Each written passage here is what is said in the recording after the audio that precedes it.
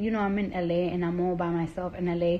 So when I'm not surrounded by love, I get dragged in the internet and I start seeing all these nasty shit, and it gets to me. And it's like, that's why I hate being by myself, because it's like I don't have nothing to do.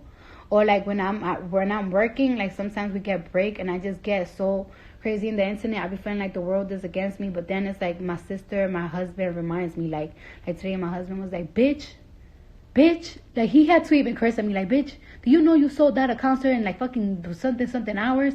Like, this shit's not real. And it's just like, it just made me feel better. And it's just like, then I have incredible ass fans. Like, I really have a lot of fans that really be fighting for me. And I swear to God, like, it's like, I gotta make something happen. Like, I gotta fucking fly out, like, fucking 40 of my fucking top fans and shit. Like, it's gonna be hard to pick, because y'all be going on so hard. But it's like, I just gotta meet y'all. Like, it's like, because I love y'all so much. But anyways, I'm trying to season my fucking chicken. Okay. So this is honey. Let me try to flip it. This is honey, and I'm gonna drizzle that. The lights is really dark here. I'm gonna drizzle that on my chicken and shit. Some honey. Damn, I don't even have a lot of honey. I don't even have a lot of hot sauce. This is my only little hot sauce left. And some hot sauce. And I'm just gonna talk about...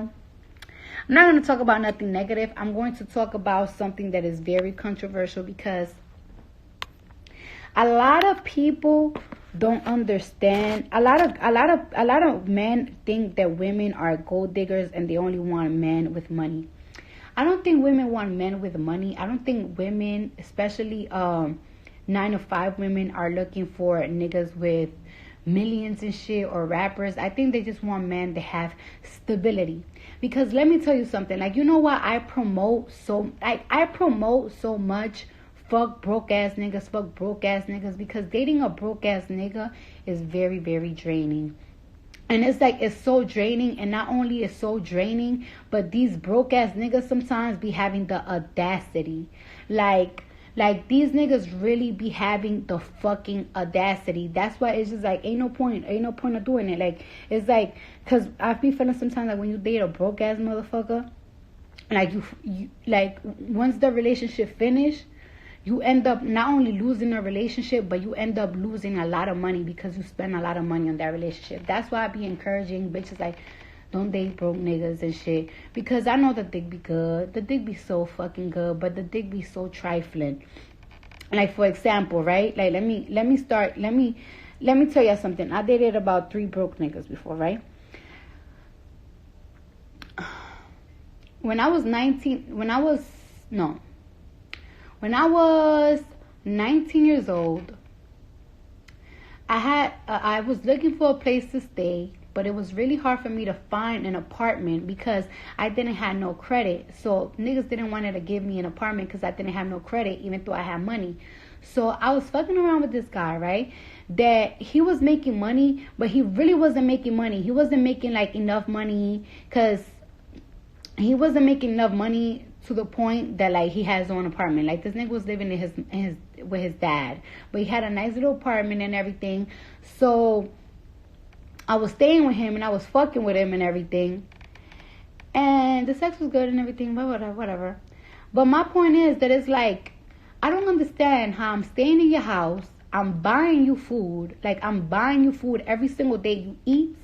So every single day I'm buying breakfast and I'm buying dinner, and yet you have the audacity, the fucking nerve to go through my purse. Like, and then like, it's so obvious, like the fact that this nigga used to go in my purse, like, this is why it's so trifling to date broke niggas. Like, it's like, I don't be trying to promote gold digging, but I just be promoting like, yo, these broke niggas, yo, if you horny one day, you just trying to fuck a nigga, just fuck him and bounce. Like, don't get in a relationship with these niggas, because they just drain your pockets. Like, take it from somebody that experienced that.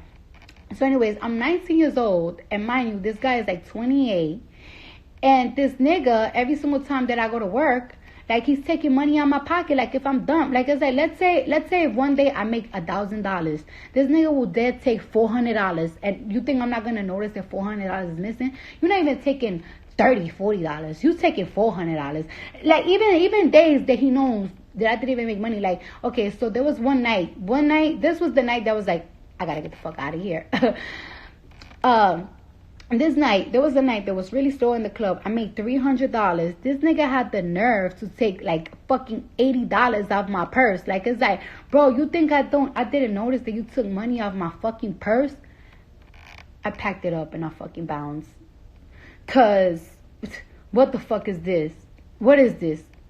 And then, now let me tell you about the second broke nigga that I dated. Now, I'm 20 years old. And this is when I started working in the hood clubs.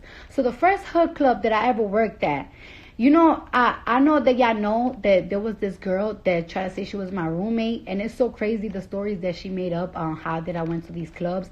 And I'm going to tell you how exactly I went to these clubs. Even though what she said got debunked. But it's just like, it's crazy how people make shit up, but whatever. So let me tell you how I started going to these hood clubs, right? So the first hood club that I ever worked in, because I used to work, you know, in the white hole places in downtown. I work in this club called Crazy Horse, which is in the Bronx. It's not there anymore. But I went to this club called the Crazy Horse. And I meet this guy, and he was so beautiful. He was so fine. And he threw me like $1,000. Then he came back to see me again, and he threw like $2,000. And then, like, you know, we hit it up well, and we started dating. All of a sudden, like, he started going broke. Like, he stopped making money. And then, like, the girls in the club started finding out what I dated him. And they're so crazy. Like, you see how the strippers be in the movies? Like, they really be like this in the thing. Like, the girls were like, wait a second, you dating who? And I was like, I'm dating this guy. And everybody started laughing in the locker room. And I don't even know these bitches. Like, I've been working in this club for 2 months. And I'm like, what's funny?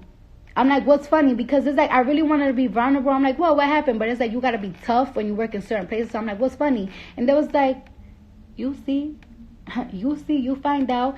And then what I find out is that, like, he's a guy from the Bronx that he had money, but then he blew his money, and he had cars that he owned, but that's because when he had a lot of money, he bought all those cars. So now he just always be getting into situations that he always blows his money because he's a party person. So now this nigga, I'm stuck with this nigga, and he's broke as fuck. But I still like him because, you know, like, I piped him a couple of times. We're talking. I'm attracted to him. And all of a sudden,